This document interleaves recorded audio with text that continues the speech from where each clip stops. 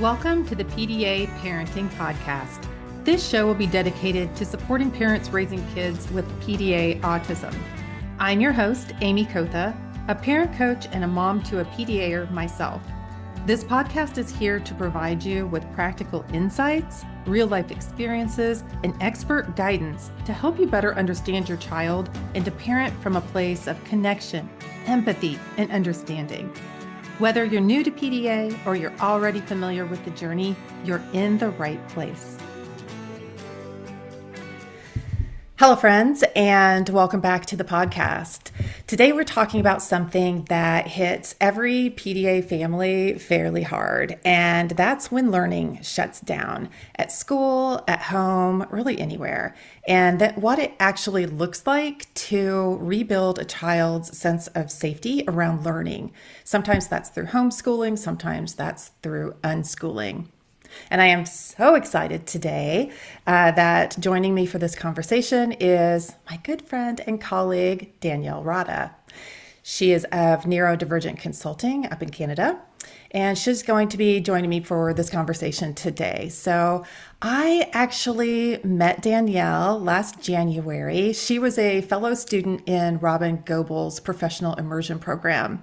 And over this past year, Danielle and I have had some incredibly real and authentic conversations about, I think, everything neurodivergent and PDA.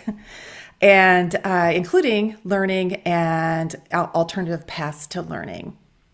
Danielle focuses her consulting work primarily on this topic, and she's a wealth of information. As I hear from parents of PDA kids and teens constantly that they don't know what learning should look like for their child. So today you're going to get a taste of that upcoming conversation and hopefully some really great information that's also going to be helpful to you. So, Danielle, welcome. I am so happy that you're here.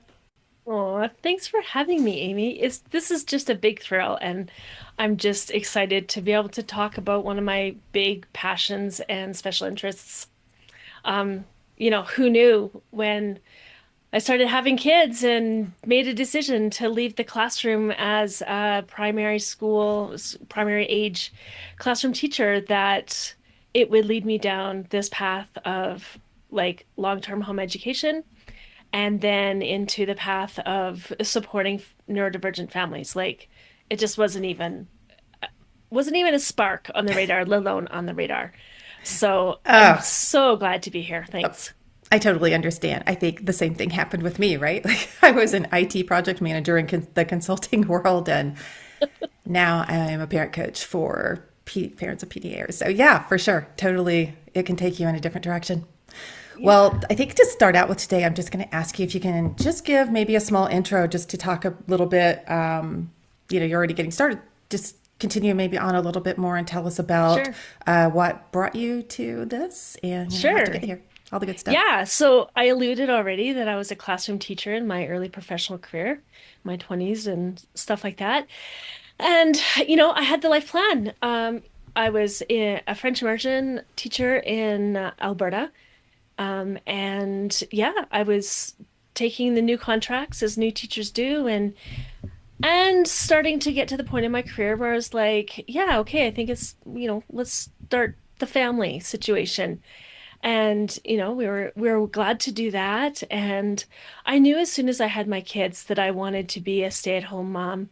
The golden plan is I wanted to be a stay-at-home mom until the youngest got to kindergarten, and I would shuffle them into the French immersion stream, and we'd all go to school as a big happy family and kind of be the gold star golden children family, in the Right. community, right? We were going to Sure. do all the right things and show up with our smiles on and our hair brushed and, clothes on Exactly. every day. Yeah. It's a goal. And, as life does, and as I'm sure all of us PDA parents, things took a turn. Yeah. In the early days, I realized that my oldest of three, I have three boys, 19, 15, and 14. And so in the early days, I had a kiddo who was outside the box. And although I didn't have official diagnosis, I had a pretty good suspicion that we had some neurodivergent stuff going on. I just couldn't quite put my finger exactly on it with Right. my experience level. So, it was clear to me early on that okay, this is yeah, we're going to be doing some different kinds of things. And in the province I was living at the time, which is British Columbia, they were just starting full day kindergarten. And I just knew deep inside my soul that my kiddo would not manage full day, 5 day a week kindergarten. It like he was collapsing after, 2.5 hour preschool days. Wow. And it was just blatantly obvious to me.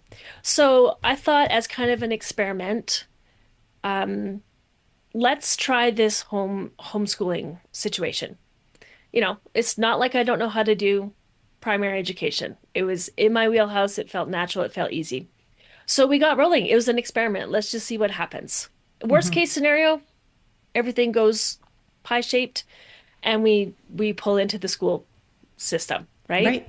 Right. Um, I also had a newborn that year, so it was really handy to not have to get not just a resistant uh, kid 5-year-old out the door, but also a newborn and Ah, my other guy in the middle too. So definitely. um, it's kind of like I was probably giving myself as much of a gift as concern for my child, There is nothing wrong with that. A little self care goes a long way. right? So we jumped in with both feet and it was exhilarating. It was exhilarating and it was hard Yeah. because we were there all day.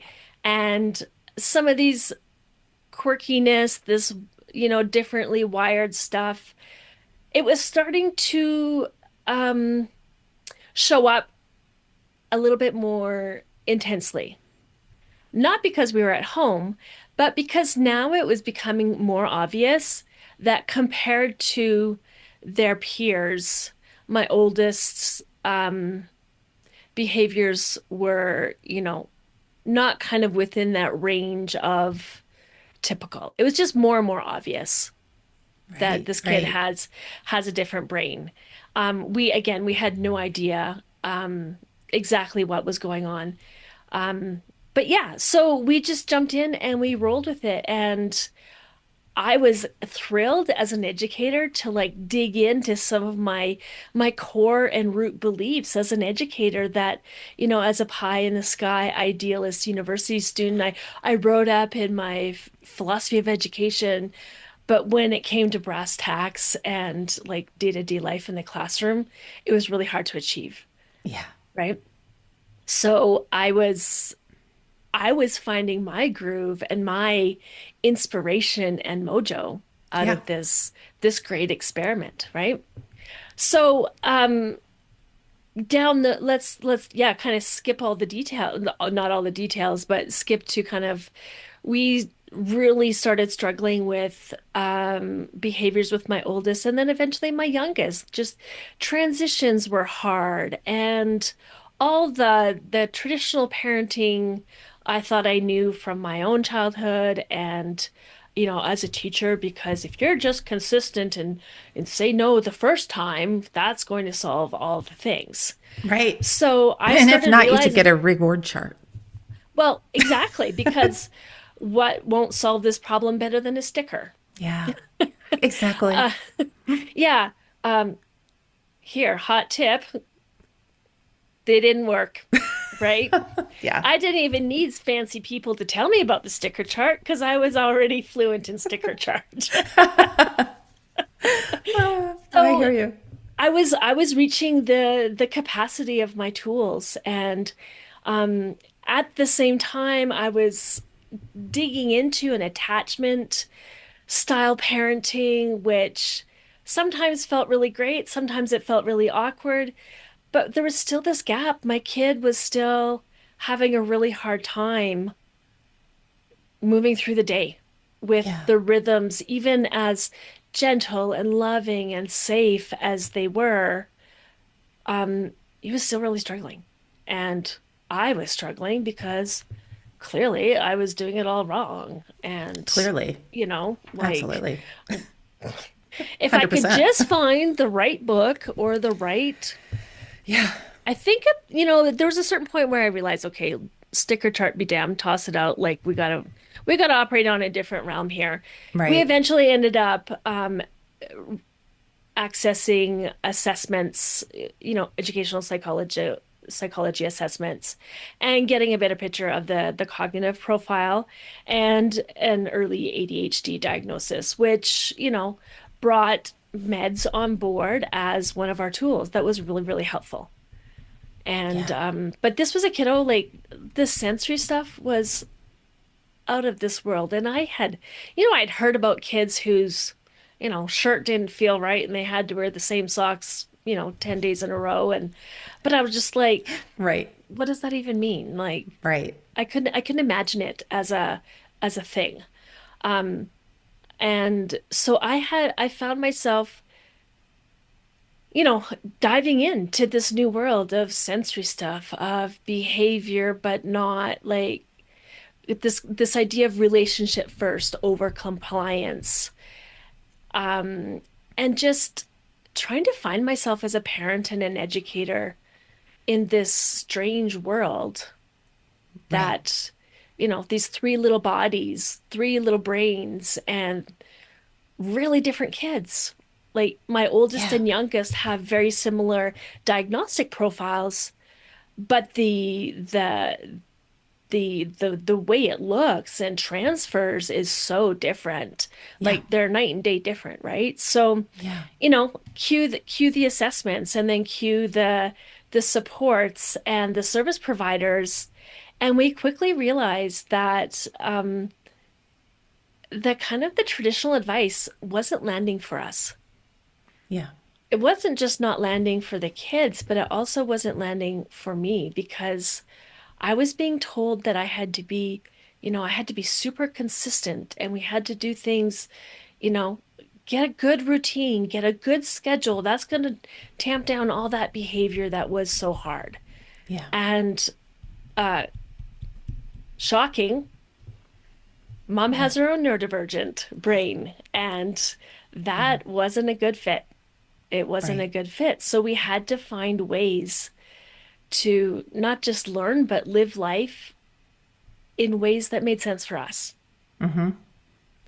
So, and I Yeah. found myself over the years, like as we dug into finding these unique and quirky ways to get into learning, I found myself just kind of naturally talking about it with my peers in the home learning community.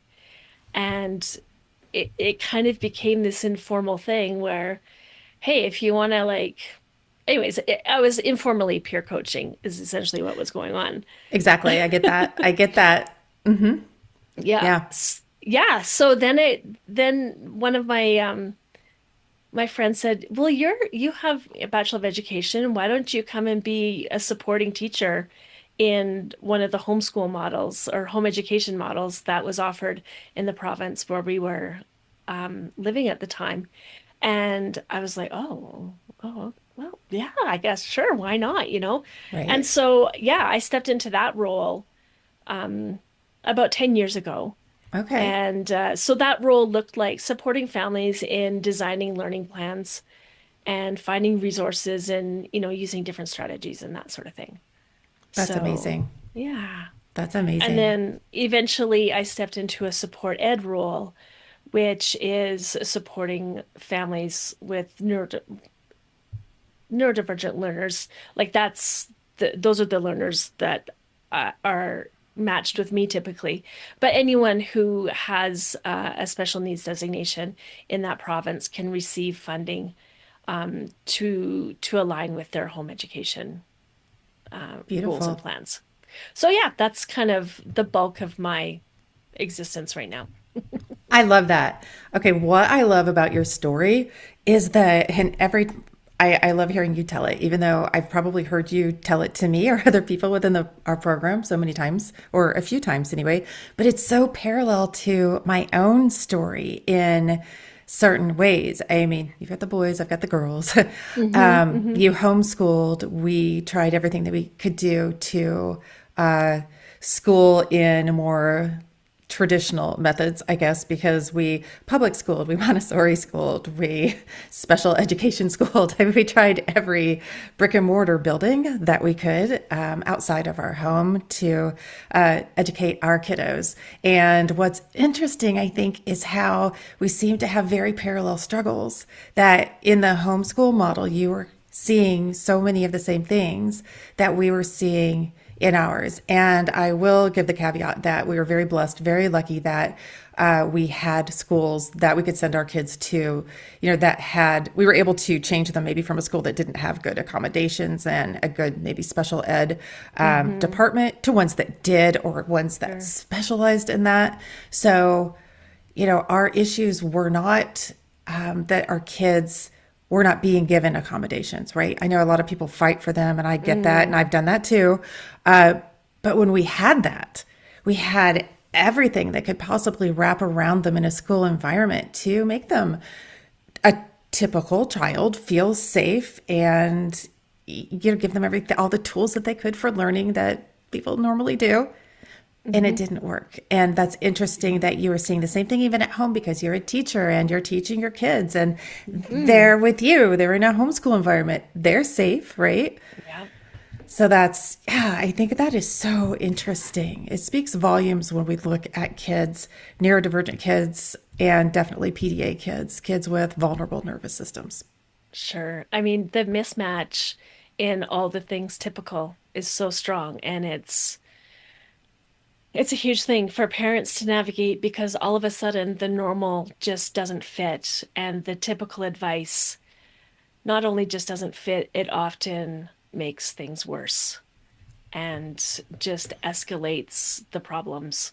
Show me a parent of a neurodivergent child who has not spun their wheels and stayed up and missed sleep for probably months Oh, because of yeah. that.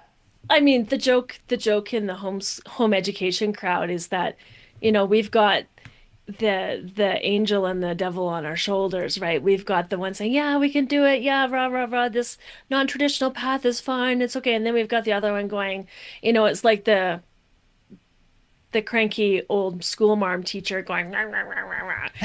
And Yeah, we just live exactly. with this constant chatter all Yes. the time. And yeah, we overthink and double think like it's our job, right? Right.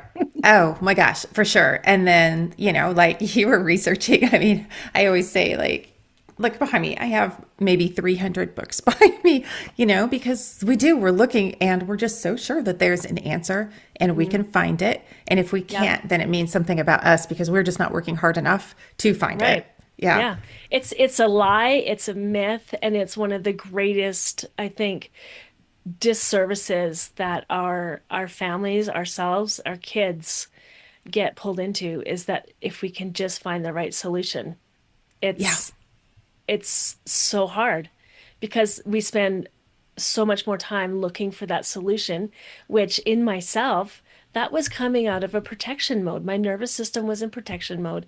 I Yeah. needed to fix it, and it was really hard to settle, connect with my intuition, and connect with my kid, trusting my kid to show me what they needed.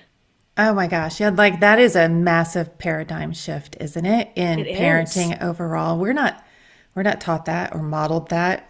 Oh It's gosh, a our 180. society thinks that they like independent thinkers, but well, independent if it's kind of within this size of a, range. Right. But, PDA just takes us right out of that range, right? Right. Like So that. there is an author who talks about, and I can't remember his name offhand. I'll find it and I'll put it in the show notes. He talks about, and he did a TED talk about how schools are still running on the same structure as they did so many years ago. And way back when these formal type schools when this was created, this model was created, it was a different life. It was a different world. And kids were coming out and they were going into like factory jobs, right? Or they were going into the military. And they needed more of a compliance based model because that was what life was like at that time. That was where Mhm. safety was coming from at that time. So that's what they needed and that's what they were being taught. And now that's not our world anymore. And now we need creative thinkers and we need out of the box and more, more of that type of learning. But the schools haven't caught up with that. And then we put our PDAers in there who absolutely can see that it is a compliance based model and that does not work for them. And that's a massive mismatch right there. And then parents are like, what's going on with my kid? And there's some really easy answers as to what's going on with your child in Oh, yeah. school. But how are they going to find that information? That was me. Like, I'm looking, what's wrong? Why isn't my child, fitting into this model? And no one's telling me, and it's not in any books that I was finding at the time. That's right. I mean, our society kind of functions on this social agreement of compliance. Yeah. We we're going to do the things in the way that's kind of been agreed upon. Right. And, like it kind of makes me think of like when I was in the classroom, like so much of what I spent my day doing, especially with the younger crowd, was classroom management stuff. Okay. Um, Probably more than actually delivering education or, facilitating learning experiences. Like that was the bulk of my energy. Mm-hmm. And I'm sad to say it was putting on lipstick on just basic compliance. I need you to do this when you're asked Right. in more or less this framework. And I was a pretty creative thinker inside the walls of the classroom. Mm-hmm. Like there was the A type teachers, and then there was me. I love that. And so, I mean, relatively, it was pretty flexible, but there was still like when you have so many people in one room, you Right. have to rely on, or it feels like you need to rely on these strategies. And, you know, 20 plus years ago, that's what was handed down in the model, in my education. So I Right. relied on it all. And Right. Right. And I that was, understand. Yeah. Like I can look at, and I don't ever want to diss teachers because I know that their hands are tied as well. Right. Like they're in a system and it's the system that yep, is broken. It is not the individual teachers that are broken. And I definitely want to no, clarify that.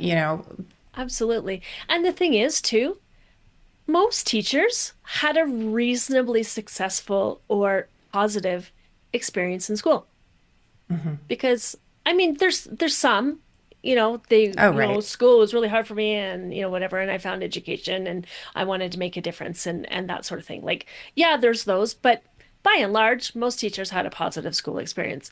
So their working imagination doesn't really include what it would feel like to just be in this like continual mismatch Right. situation, right? Right.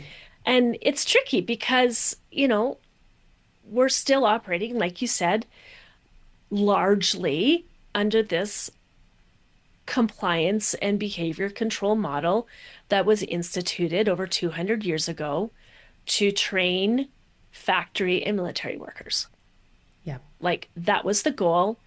Also, it's kind of funny because if you look before that, home education was the norm Exactly. Exactly. because kids were taught what their parents did and they learned in the home and they were mentored. And it's funny because in the home ed crowd, like they love that kind of home mentorship or apprenticeship. That's the word I'm Right. looking Yeah. for, Exactly. right? Right. So it's just if your dad was a farmer, you're a farmer, and Right. whatever exactly gets passed down like that. But then comes the industrial revolution, needs Yep. all these factory workers. First the men are taken and like led into the factory working, and then eventually the women come and like, oh, what are we going to do with these kids? I mean, obviously there was I think part of the difference too, obviously, is like in the European framework, yeah, children were funneled into those workplaces and Right. schooling was a minimum, right? Right. It was a minimum. And yeah, and that's what kept the industrial complex rolling. The capitalism liked having lots of workers available Exactly. to them. Exactly. Yep. Yeah, Yep. And times have changed. times have And changed. yeah, and hopefully, yeah, we could probably talk for hours about that. But Yeah. yeah, but yeah, it's a system. But I think it's important to talk about this because parents don't hear that. And then they get caught up, and then there's so much, first of all, they're dealing with the system and they're dealing with their child, and then there's so many emotions involved, Yeah. and there's these feelings of I'm a bad parent because of this or that, and they don't see outside of that lens, right? And they're not seeing there's so much more going on. And yeah, it's not their fault. And first of all, it's so important just to kind of take that away, because how can you, as a parent, calm your nervous system down enough to help your child if you are caught up in, feeling like you're not safe because Mhm. you're having to go against the system or the Yeah. community, or, because you're The banging your head against it and That's nothing right. is working for you. I mean, if we're operating out of shame and guilt, Yeah. that's, that's hard. Well, it's not just hard, it's devastating and it's yeah, you can't be connected hardly you can't be connected to yourself, let alone your kid Right. Right. Yeah. when you're in that protection mode. It's and I mean, it sounds so ridiculously simple to say it Yeah. like that, but that's what that is all about. Like the need for a fix it strategy, if we just find the right strategy, tool, resource, support, accommodation, it's all going to go away. And it's deeper than that. Like it really does. It's internal work, not just for parents, but also for educators and support True. folks. Like you said, it seems really simple, and it is simple, but it's not easy. And I think that's what happens too is parents start to hear these things, they start to learn a little bit about it, and they try, and it's hard.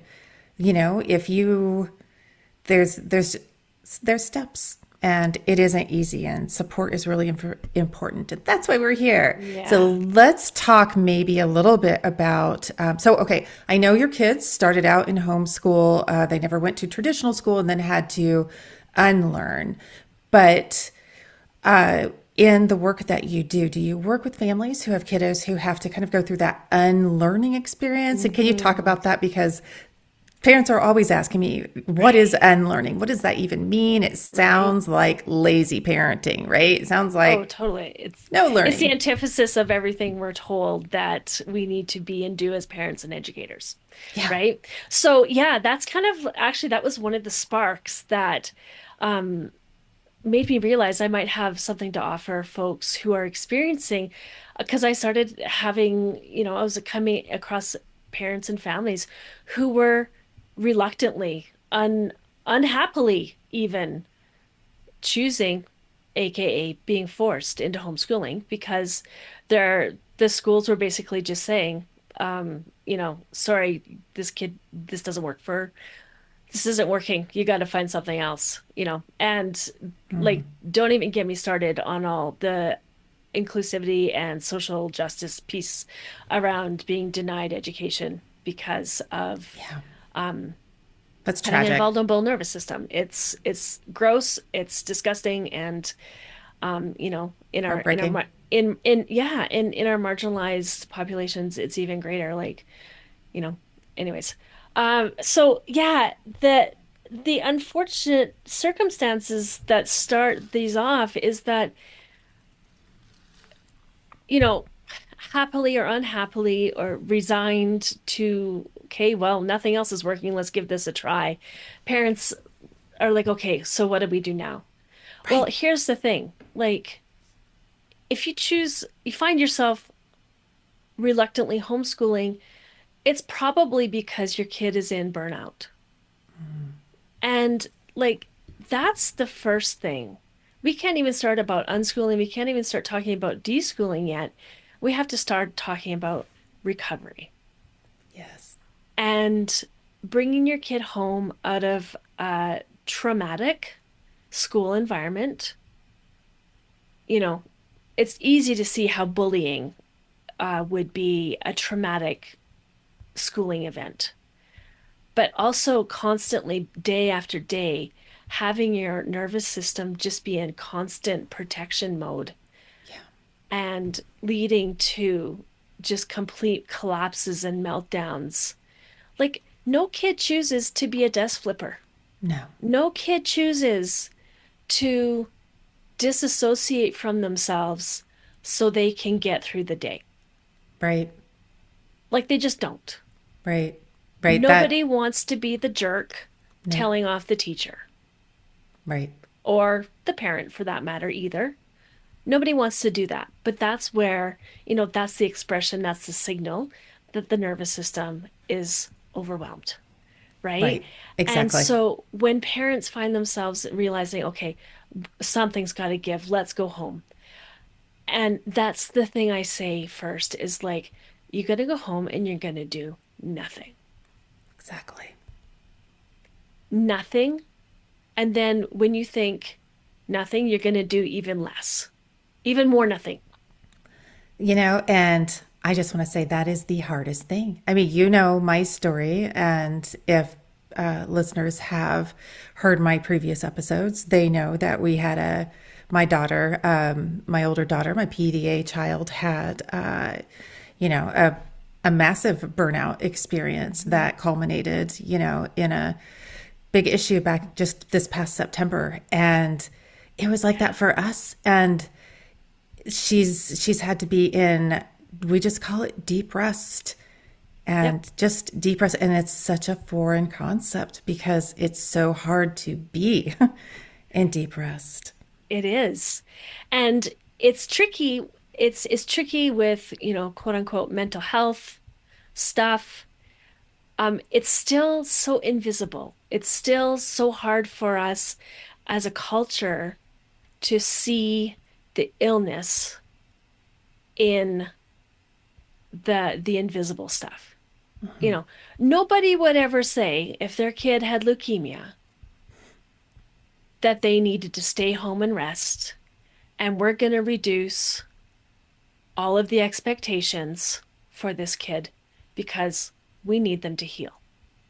Right. 100%.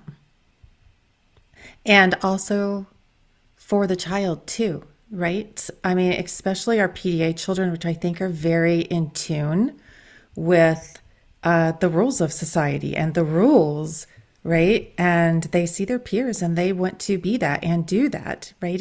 Hmm. It's that can't not won't. And so they are Exactly. trying so hard and they are masking. They are some of the most amazing maskers, I think, on the face of the earth. And they mask Professional. and they mask. And then when things start to fall apart and they get to this place where there needs to be this healing, Yeah. it's it's the entire family. It's the Yeah. child, it's the parent. It's the parent saying, "Oh my gosh, what just happened? I thought everything was okay last week, and this Yeah. week nothing is okay. Yeah. What happened? What did I do?" Right? Yeah. Yeah. Yeah. And like again, like referring to that the metaphor of, a physical illness like leukemia, we know that recovery isn't linear and straight. Right. It's hilly, it's valley, it's circle back, it's ahead and backwards and forwards and sideways. It's not linear, right? Right. And this is the same thing. I mean, I know this podcast isn't about, burnout recovery, which, we could do 14 podcasts about that. For sure. But that's like the probably the number one takeaway if you're like finding yourselves in home education is recovery, Yeah. And it's right? not talked about enough. Even It's not. even when we have conversations where parents are coming to me and asking about unlearning and deschooling, No one ever talks about that. It's never coming to me and saying, my child is in burnout. How do I help them heal? Right? It's Yeah, the looking at the top of the iceberg, not what's underneath the surface. exactly. And here's the thing, if we're burnt out, we're not able to access our social thinking connected brain, Yeah. right? So it's kind of like if we're still in the burnout mode and we're like, okay, we got to do the responsible thing and we got to educate our kids. It's like throwing marshmallows at their head and expecting them to eat. Right. I like that. I think that was my good homeschooling guru Julie Bogart who said that. I think that's where I got that idea from. That's not my own. But anyways, it's this idea of rest, more rest, healing. And it's going to freak a lot of parents out because a lot of that rest and healing is going to come from copious amounts of screen time for a lot of kids. Right. Like that is going to be the place that allows them to stay in that rest and recovery mode. And it kind of feels antithetical to everything we're told is good and right for kids, Yeah, you've just opened the door. You just opened the right? door, Danielle, to Uh-oh. you better slam that door back shut. Oh my Yeah, God. I there's, mean, oh my God, talk about like a social right? condemnation of parenting right there. Right. So not only do we have kids who might, flip the proverbial desk or, you know, kind of go into this inward fawning position of high masking. So our kids don't behave typically, and now they need different tools and strategies. And a lot of us, there's kind of this idea, this traditional idea, if you have a kid who's kind of anxious and you got to create structure and routine for them because predictability equals safety. Right. Well, structure and routine is great, but for a kiddo who's got a vulnerable nervous system that only feels safe with autonomy, Yes. um, imagine we've got that mismatch. Now we've got that same mismatch at home that we had at Yes. school. Yes, exactly. So it's more, rather, I think, than structure and routine, it's consistency. Right. And that's a tough And concept, right? consistency-ish, right? And here's Yeah. the thing. Okay, so before we slide down that trail, let's get a couple terms that you might Yes. have Yes. Yes. heard, if you kind of did some initial Googling, you might have heard the term deschooling. Deschooling refers to it part of it's referred to this kind of process that takes time. And if especially coming out of a traumatic school environment, it's going to take even more time. And part of that deep recovery is deschooling. It's recovering, it's finding yourself, reconnecting to yourself as a learner. And so, like, the learner's job is to recover and find themselves again and just like settle into their nervous system. As parents, our job in deschooling is to let go of expectations around maybe screen time, around what learning really is. And this is where, like, even as a home educator, I spent years deschooling myself, unlearning all of the stuff that I had been taught about what education, what learning is, and how it looks, and the best way for it to happen. Right. So there's that deschooling process. It's kind of like peeling off the layers of the onion.